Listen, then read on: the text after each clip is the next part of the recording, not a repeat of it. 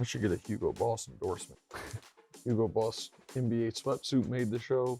Today I'm just emblazoned with their Hugo logo. Does Hugo mean something in another language? It might, but it's a name.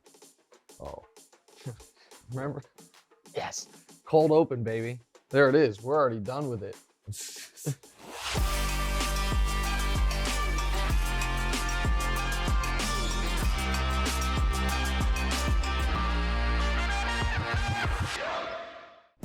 Welcome in. It is the What's Right with Nick Wright podcast and video show you can find on all streaming platforms. That's a lie. It's actually not streaming. Netflix not interested in buying the show. But you can get it on all podcast platforms and on YouTube and on maybe somewhere on the dark web. So subscribe, like, rate, review, do all those things. Before we get to what we are talking about today, here's what we're not talking about today. The things that just barely missed the cut. Not on the show is Lamar Jackson's contract. Not on the show is one of the saddest quarterback controversies imaginable, Andy Dalton and Jameis Winston, and the worst fit in that NFL coach's picture, which everybody knows which one the worst fit was. The better option would be, can you find 3 fits there that are not terribly embarrassing? But none of that actually made the show. We can start the clock right about now. If you're watching us, you will be able to see me try to beat the clock. I am 0 for 5, by the way, in beating the clock as I rotate to Damonza. Damonza, good to see you, my friend. What are we starting with today? Let's start with the Lakers. Yeah. They got crushed by Dallas Tuesday and absolutely could miss the playoffs. Yeah. You said they should trade everyone but LeBron and AD, but the AD trade rumors have already started. Should they trade AD? And at this point, why would anyone even want to play with LeBron James? See, you got to throw that little stuff in there. You got to throw it. Why would anyone, I don't know, why would anyone want to paint with Picasso? Why would anyone want to compose with Mozart? I'm not sure. Seemed to be a fun thing to be able to tell your kids I did. Played with LeBron James, probably went to the finals, probably won a championship. Has there been, here's an interesting question that I got to think on for a moment.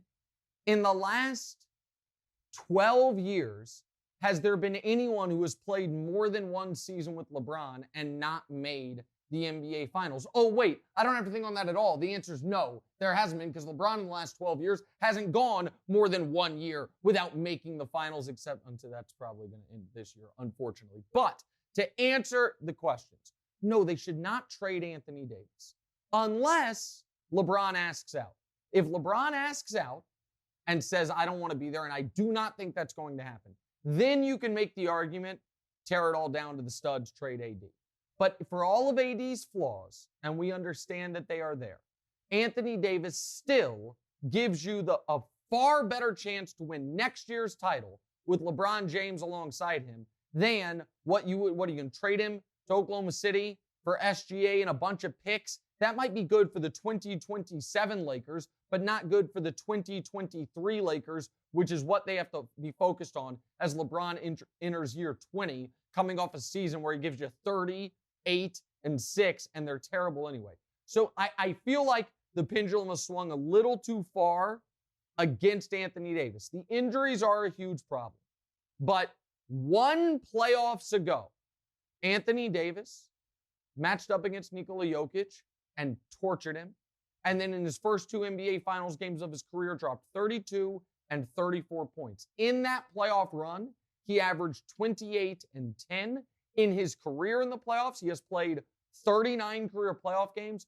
29 of them, he's gone for 25 plus. He's 27 points per game career in the playoffs. That's top 10 all time. You are not going to get a better guy to be alongside LeBron in a playoff run than Anthony Davis in any potential AD trade. Now, do the Lakers have to remake the entire roster? They do. Should Rob Pelinka be a part of it? He shouldn't. Should Frank Vogel be coaching it? He shouldn't. But unless LeBron asks out, you don't trade Anthony Davis. All right, looks like we're going to stay in the NBA. What are we doing? Let's do it. Let's stay in the NBA. We've spent a lot of time talking Nets and Lakers. Yeah. But they're both fighting for the play-in spot. Yeah, they're actually both terrible. Yeah. They're actually both bad basketball teams. The Lakers are worse, but the Nets are pretty. The Nets are sometimes unwatchable as well. But what? Okay. Hold on, go ahead. No, you can. That was a super A, man. What? Kyrie, I mean, KD's definitely done a better job at picking his team. It's not. Let's move on. Okay, that's fine. You know, while the Suns, Grizzlies, Heat, and Celtics sit atop of the conference. Yep. Is building super teams no longer the way to win in the NBA? So here's the thing. I don't know that building super teams was ever the exact way to win. There was a level of, well, if one guy's got if LeBron's got a super team, then I have to have a super team to combat that. But the way to win in the NBA has been incredibly consistent for, the better part of 40 years. You must have an apex top 5 player in the league at a minimum. And then you fill in the surrounding holes. So if we just think about the champions, why did the Bucks win? Were the Bucks a super team? No, they were organically built for the most part, despite the Drew Holiday trade. But they had Giannis at the peak of his powers. The year before, the Lakers, was that a super team? I would argue no. It was 2 great players, but they were acquired in free agency and via trade in LeBron and AD. But you had LeBron at the peak or close to the peak of his powers. The year before, it was Kawhi, again, a guy who at the moment was top 5 guy at the peak of his powers. When it felt like you had to have a super team was when a team such as the Warriors that was a champion already then added an MVP in Kevin Durant. Then it felt like, oh my God, how can anyone beat them? But it should be noted, the team that came the closest to beating them, the only team to take those Warriors with KD, a healthy Warriors with KD, past 5 games, was a Rockets team that, yes, they had added Chris Paul, but what they had was at the time James Harden, who was a league MVP, top 5 guy at the peak of his powers. So if you don't have one of those guys, then you must find a way to add as many, players 6 to 15 as possible, but that's probably not getting it done. So I've always thought it was a misnomer of, you must have a super team. You must have a pantheon guy, a guy that's going to be a no doubt inclusion on my top 50 players the last 50 years list when that comes out next month. Little plug within the podcast for a future part of the podcast. That's what you've got to have, and then you have to fill out the roster smartly surrounding it. But you mentioned 4 teams there. You mentioned the Grizzlies, the Suns, the Bucks, and the Heat. There's only, to me, there's one team there that I feel like nobody doubts can win the title, and that's the Bucks. Why? Because they have a top 5 guy at the peak of his powers. The Suns have had an unbelievable regular season. They're going to win 60-plus games. A lot of people believe they're going to win the title. For them to do so, it would be somewhat unprecedented because Booker, as good as he is nowhere close to a top 5 guy in the league. And Chris Paul, as historically great as he's been, he's not there yet anymore. And the Grizzlies, I love them, but they're drawing dead to win the title. The Heat are drawing dead to win the title. You've got to have one of those guys. That's what NBA history tells us. And I'm going to fail against the clock again. Okay, let's move on. Let's hit some golf for the first time in the show. Yeah, you feel great about this. Yeah, this is amazing. You're excited about talking golf with me. Go ahead. Tiger might actually play the Masters. Yeah. He can't seem to walk away, and he's not the first. Yeah. Brady couldn't do it. MJ couldn't do it. And you won't admit it, but one day LeBron will do it. Okay, yeah, sure. What does Tiger have left to prove? And why can't GOATs ever seem to walk away? All right, so Tiger has nothing left to prove to the world. I think to himself, I think Tiger, still a tiny part of him holds out hope he can catch Jack with the 18 majors. Now he's not going to do that. He's at 15, Jack's at 18. I also, though, I think more than a tiny part of Tiger and a large part of me believes, he could still win another Masters. Maybe that's insane, and all I've seen is grainy footage of him practicing post-injury, post-car wreck, but he knows the course so well. The fact that he won it a few years ago, and Tiger is the way I look at Tiger is the way so many broadcasters look at Michael Jordan. I erase the flaws. I only see the greatness. He's one of my 2 favorite athletes of all time. I have more fond sports memories involving Tiger Woods than almost anybody, any other athlete I've ever watched. And so I think he has something left to prove to himself. As far as why can't GOATs seem to walk away, certainly, and why can't they walk away on top? I think if you are in the discussion for the greatest in the world at something or the greatest to ever do something, you need it to be proven to you that that's no longer the case. I always thought walking out on top was it was an overrated concept. All of us want to play sports as long as we can. It's always a sad day the last time we're allowed to play sports, competitively. And so if you can play in the toughest league at the top level and you're still the best or in the argument for the best, the idea of giving that up, by choice seems crazy to me. So it's totally rational and reasonable to me why athletes have a hard time walking away. I think the other thing would be irrational. Guys who are at the top being like, I've had enough of this. I think that the mentality of I've had enough of this almost never coincides with the mentality that it takes to become the greatest in the history of the world at something. All right, I'm going to go this is our 6th show. I'm going to be 0 for 6 against the clock because we have less than a minute left. We're about to talk about something that I think is going to take some time. So Damonza, go ahead.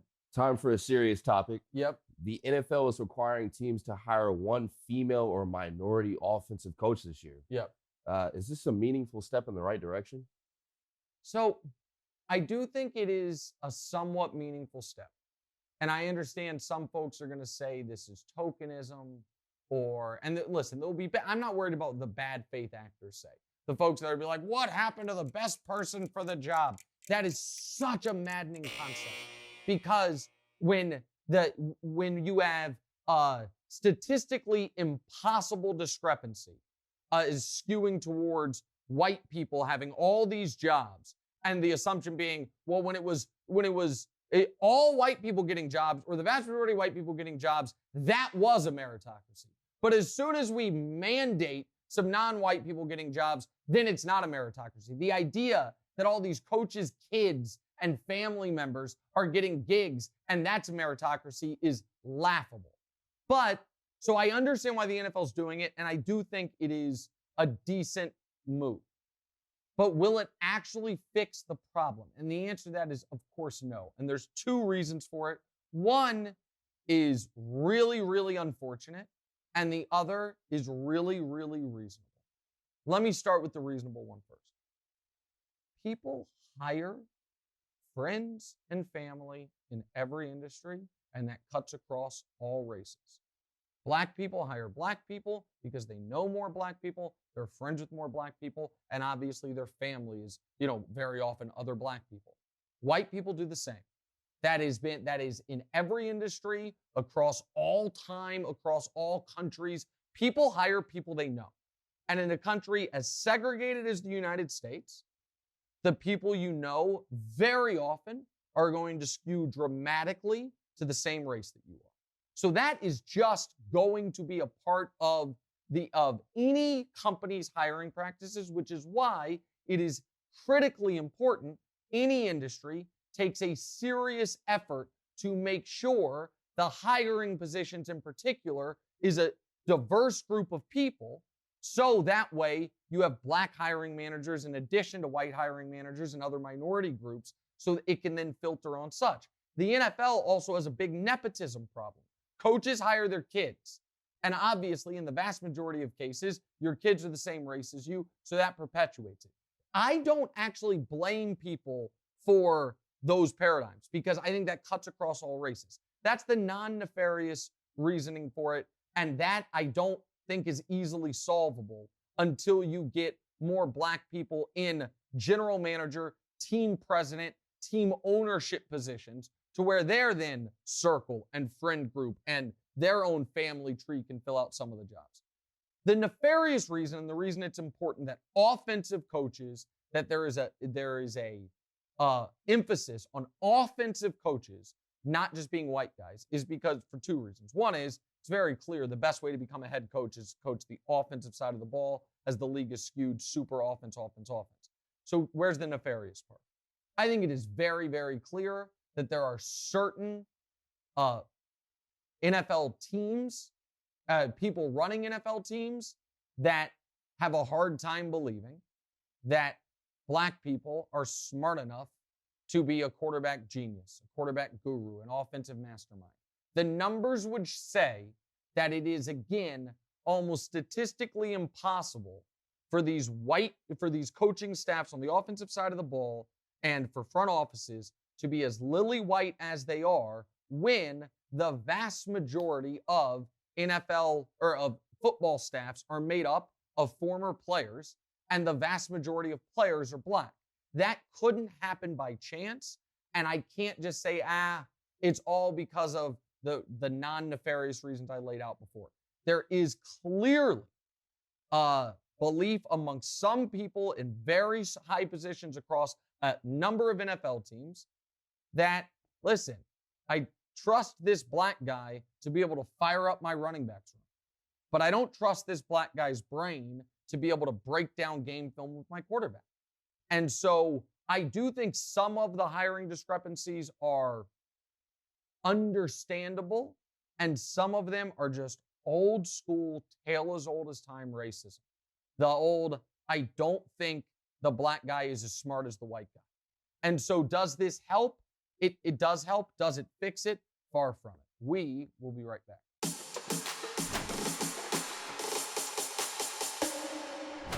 Welcome back in What's Right with Nick Wright podcast, episode 6. You can also watch this on YouTube. Subscribe on all your favorite podcast platforms. I've been hearing the producers giggle in the background of my ear when they've referenced what we're going to do in the final block of the show. I never know what we're going to do in the final block of the show, but I already have a bit of trepidation on what these people are going to throw at me, and I imagine you, young man, are going to be a part of it. However, before we get to the final block of the show, tell me what we're doing right here. Pick the bigger NFL story this week. Okay. Postseason overtime rules changing or the Bills stadium being partially publicly funded. Okay. We'll get to the overtime stuff later. The public funding of stadiums is one of the most, it's something that I promise you, history will not look upon fondly.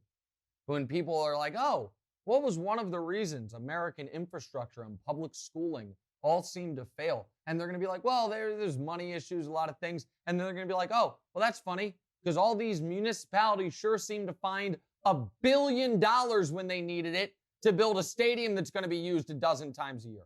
With that said, there are certain cities in America that I think you can justify the public kicking in some dollars to the team, and Buffalo might be one of them. So here's my general point. Take your top 15 cities in the country, all of them should come together, have a meeting of the mayors or the governors of the states, however you need to do it, and make a pact and a nice little collusion against the leagues. Guys, none of us are ever paying a dime. You know why? Because pro sports leagues want to be in New York. They want to be in LA. They want to be in Dallas. They want to be in Houston. They want to be in Miami. They want to be in DC. They want to be in San Francisco. Their threats to leave are hollow threats. We never need to pay a dollar if we're a major American city for a team. The leagues want to be here. The owners have the money. Let them pay. Now, a city such as Buffalo, you can make the argument that the difference between Buffalo and Schenectady is one thing, that they have pro sports. They have the Sabres and the Bills. And that I've said for a long time, growing up from Kansas City, what's the difference between Kansas City and Des Moines? Well, aside from the history of Kansas City and the amazing barbecue and the jazz, all that, the real contemporary difference was Kansas City had the Chiefs and the Royals, and Des Moines didn't. So I do understand why a small city might feel incentivized to make sure their team doesn't move. So I get why the Bills are doing it, or why the Buffalo's doing it. But it's the state of New York that's doing it. And I know these two headlines aren't exactly aligned, but around the same time, I found out the state of New York's going to kick in about $800 million for the Bills stadium. I read in the New York Times, our new governor say there's about an $850 million New York State public school shortfall. It kind of pissed me off, to be totally honest. But if you're Buffalo, if you're Green Bay, if you're a small city that is kind of just happy to have a team, I get why you might want to make sure the team never leaves. But big cities should never pay a dollar to these leagues. They get tricked by them. They're never leaving. Pro sports leagues are never leaving New York or LA or the cities I mentioned. They want to be there, so don't get tricked into it. Speaking of the Chiefs, looks like we're going to talk about them for a moment. Speaking of stadiums, yeah. Is it possible that the Chiefs end up leaving Arrowhead? Okay. So listen, Arrowhead Stadium is loud and it's a fine stadium. It's not state of the art, but it's fine. It also is in the middle of nowhere. It is 30 minutes from downtown Kansas City. The closest restaurant to Arrowhead or Kaufman is a Taco Bell. The closest hotel is a Drury Inn, and then there's an indoor water park over there that I think we had your Cocoa Keys. Cocoa Keys. Yeah, I think we had a birthday there once upon a time. Yeah, water tasted horrible. Yeah, I mean, I shouldn't be tasting the water. Dude, you shouldn't have. But can I also say props to you and me, man? What a come up. We used to do birthday parties at Cocoa Keys at a terrible hotel in Raytown, Missouri. Look at us now, buddy. Come on. I mean, that's a true story.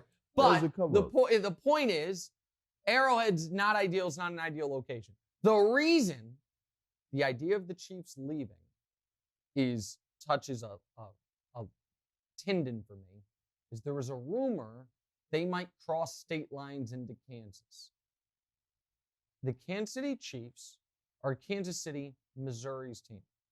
And there is a big difference between being from Missouri and being from Kansas. The audience may not care. The Kansas Cityans will get it. You get it. Sure. You are, when people ask you, where are you from? Or you were born in Mississippi, but where you grew up, where do you say? I say Houston. Oh, okay, you've moved around a lot. All right, good point. About the part when I was in Kansas City, Houston. It was Kansas City, and then Kansas is a whole different thing. Whole different thing. And if you're from out, you're like, oh, I'm from Kansas City. And they're like, oh, you're from Kansas? No. I'm from Missouri. And the idea of the Chiefs crossing the state line I'm not saying I won't be a fan. This is what I'm going to say. This is what I will say. If the Chiefs move to Kansas, my fandom ends when Patrick Mahomes retires. That's it. I'm just telling you, when Patrick Mahomes retires, I'm out. If they move to Kansas. Okay, now time for a game. 2 rights, 1 wrong. 2 wrongs, 1 right is actually, I think, the name of the game. 2 wrongs, 1 right. 2 wrongs, 1 right. What are we starting with? How should Coach K go out? Lose to UNC, beat UNC, but lose in the final. Yeah. Or win it all. Okay. The worst option is option B. Beating North Carolina, but then losing the championship. Nobody's really happy about that. So to me, it's either A or C. I would really like to see Hubert Davis beat him. Listen, Coach K, you made another Final Four. You've gotten, this whole victory lap and this whole farewell season. Let's have North Carolina beat you in your farewell game, before the tournament, and then beat you in your actual farewell game in the first time these two teams are ever playing in the NCAA tournament. That's what I'm rooting for. But I will admit, if they, particularly now that Houston's out of the tournament, if they were to beat North Carolina, I'll be rooting for them in the national championship game. All right, what's next? PG-13 is back. Yeah. If Kawhi comes back, you think the Clippers will lose early, they make it to the conference finals, or they win the title? All right, I love Ty Lue, and obviously healthy, this is a dangerous team. But I do not believe there is any realistic chance Kawhi comes back. And if he does, Kawhi does not have the history of, I'm going to come back from injury and give you 38 minutes a night. So I think that he's likely not coming back. I think they lose early either way. I think the Clippers, we got to see what the matchups are, but with or without Kawhi for this season, I think they have a very defined round 2 ceiling. And then we'll see if everyone's healthy. But man, it is interesting. And everyone talks about the LeBron AD thing. And they're like, let's break them up. Trade AD. US, who would want to play with LeBron? Right. LeBron AD, Kawhi and Paul George, KD and Kyrie, they all came together in the same offseason. Okay? LeBron and Anthony Davis have won a title together. Kawhi and Paul George have not played in a single conference finals game together. Clippers made the conference finals last year, but Kawhi was out. And KD and Kyrie have not played in a single conference finals game together. So, and by the way, I don't think that's going to change this year. I think we're going to be 3 years into these partnerships. The only one that is going to have even sniffed a championship, and they will have, in fact, won it, is LeBron and Anthony Davis. But they're the ones that just get crushed all the time because you're not allowed a down year. That one down year last year. Last year is not great either, but still. One down year last year? Well, no, this year is the down year, and last year was not great because at the end, point remains though. All three of these guys came together. And by the way, I got to say, we're going to break the clock on this again. Damn it, I suck at the timing part of it.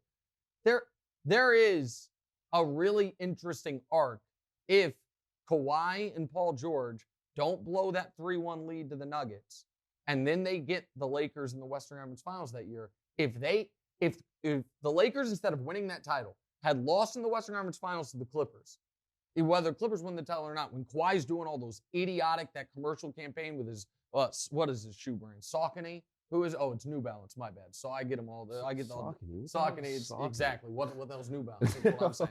Where he got the crown, this is my city. It's a whole different story, but that's obviously not what happened. Okay, what's next?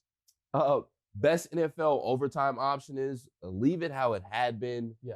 The new rule, or you cut, I choose. Okay. You cut, I choose is the best option. So let me explain this to you. So think about your little sisters last night arguing over everything. Right. Just everything, right? So now imagine we have last night, if we were going to have dessert, there's one piece of cake and they have to split it. Okay. The best way to ever do something like that is one of them gets to cut it, the other gets to pick which slice they want. Because it incentivizes the cutter to make it as fair as possible, right? Because the other person is going to get to choose, right? That theoretically should eliminate all fights, okay? So the you cut, I choose NFL overtime option is this. You get to choose who has the ball first. I choose where the ball is placed on the field. So I know that you're going to get to choose. If you have Patrick Mahomes, you're almost assuredly going to want the ball. You're going to want the ball. Right. Okay. What if I say I'm placing the ball at the 7-yard line going this way? So you're going to have to go 93 yards. I'm not going to say I'm putting it at the 1 because then you're saying, okay, I'll take defense. Right. So if the one team decides where the ball is spotted on the field, the other team decides if they want to play offense or defense. It incentivizes the first team. The Ravens proposed this, by the way, a couple years ago, and the NFL knocked it down. I think it's a great idea. I think it adds a whole level of strategy, and I wish the NFL had done it. With that said, they were never going to do it. It was too cutting edge. I think there is a league that did do it. It was done on some level of football. I love the idea of it. It never took off. So the new overtime rule change is fine. Both teams get a possession for overtime. Of course, when the Chiefs... Seriously, though? Hurry up. Okay, Dior, sorry. I know I'm going long. Let me just say this, then we'll get to the last thing. When the Chiefs never get touch the ball in 2018, Mahomes' first year, and Brady goes on and wins his ring 13-3 in the worst Super Bowl ever, nobody cries a tear. Nobody says anything. Yeah, we got to change the rules. Oh, the new golden boy, Josh Allen, never gets touch the ball in overtime. Now we're changing the rules. Okay. All right, what's this? Golden boy. Yeah, golden boy. All right, what's this last one? Pick one to succeed.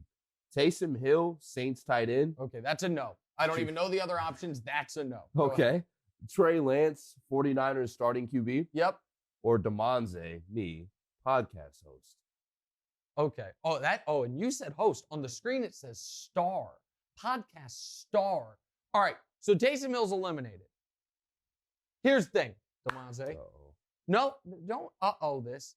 I just think we all need to understand and embrace our roles. Okay? So if the question was who has the best chance to succeed, Damonza Byrd, podcast, sidekick. Yeah. You're my pick. I think we've done 6 of these shows. You've been an A+ sidekick. A Robin from Howard Stern show. Look out. Best sidekick, the dude who used to sit next to Conan, Andy Richter, looked out. You could be, there is a lucrative long-term career in coasting and gliding off almost the wave of a transcendent talent such as myself. Okay. That exists. And you are doing a great job of it. But once it says podcast host or star, the question then becomes, Best chance, like if I'm not here one day, are they going to be like, cancel the show or Damonza, go ahead and sit in this chair? So because of that, I'm going to go Trey Lance, 49ers starting quarterback. We'll be right back.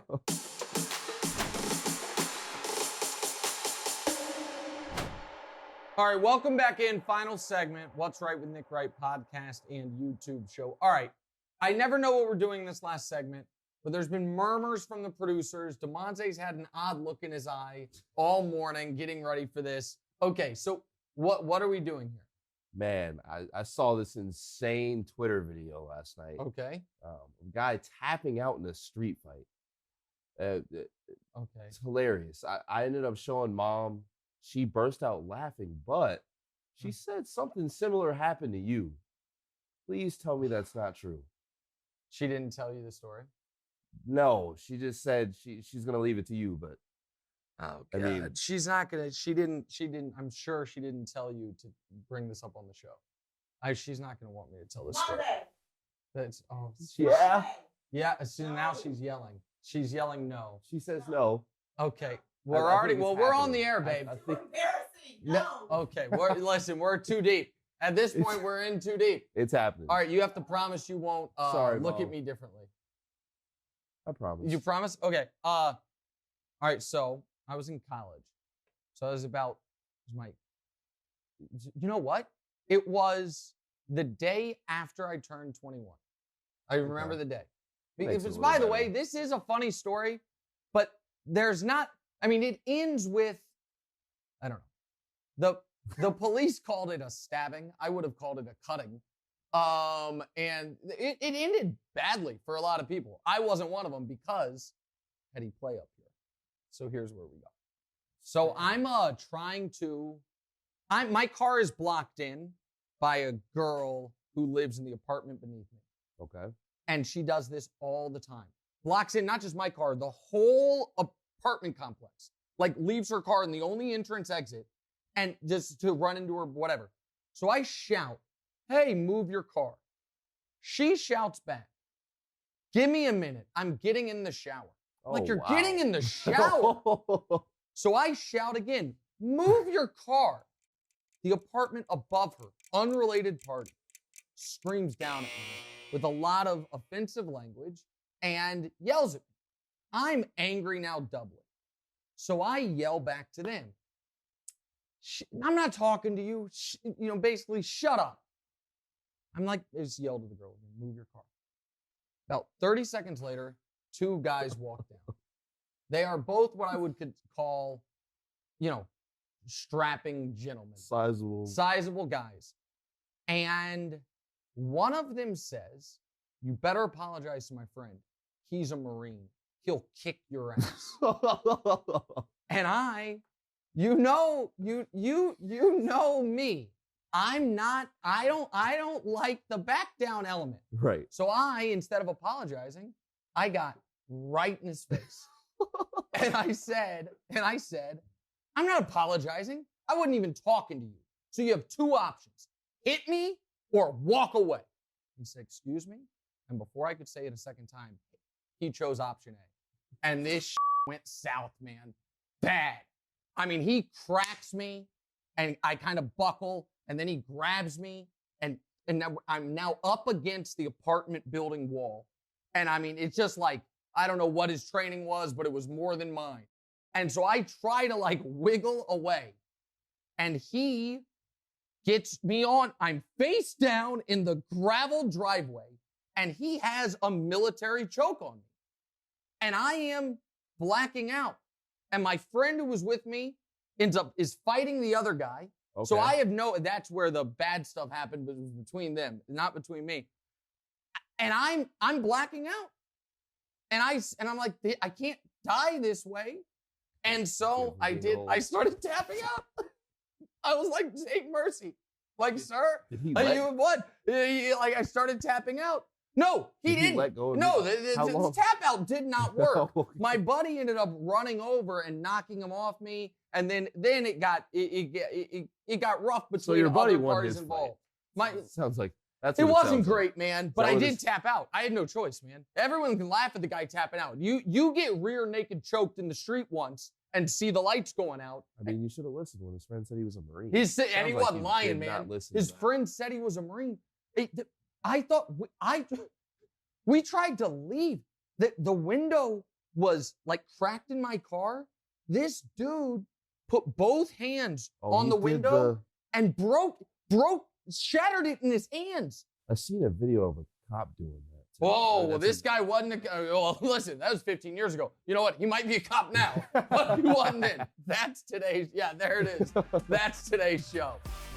Hey, thanks for watching. Smash or just lightly tap that subscribe button. It all works the same. To get more from the show, and make sure you click. Why don't you want to mash the bell too, guys? Or just, lightly tap the bell to get notified every time new content drops. Check out full episodes of What's Right wherever you get your podcasts, or just hit the link in the description below.